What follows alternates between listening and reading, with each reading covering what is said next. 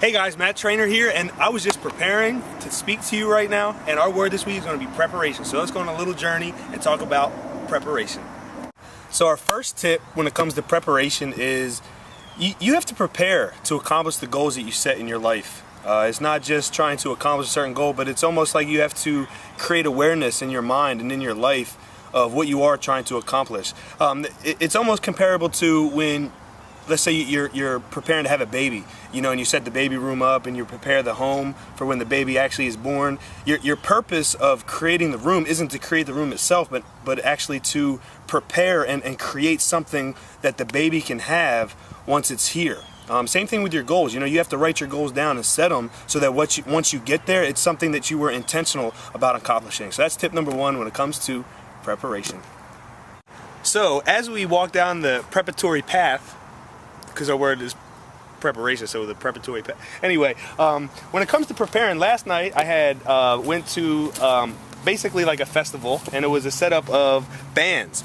And what I noticed about them is they had to prepare and check the sounding and the lighting before they actually performed. Now that's important and that's significant, because if they didn't do that, then when they went to perform, there might be glitches in the system or glitches in the lighting, or they didn't adequately put pieces together so they can sound as adequate and efficient as they should.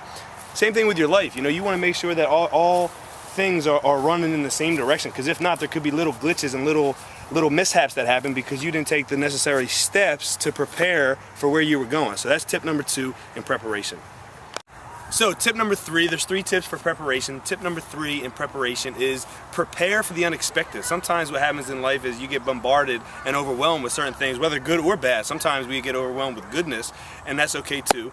To be overwhelmed with goodness, but always prepare for the unexpected. You never know when that opportunity comes that you need to just move, and if you haven't been doing the necessary things each and every day to get you in a position to handle those obstacles and those adversities or the good stuff that comes your way, then you're not going to be able to fulfill everything in that moment that you should. So also, success happens when preparation meets opportunity. I'm a big fan of that. So when you prepare for something and an opportunity comes your way, that's when success happens, because you don't have your opportunity come and then you have to go and prepare. You're already prepared because you've been doing the diligence and the work ethic that you've needed to get you to where you are now. So success happens when preparation meets opportunity. So tip number 1, anybody remember?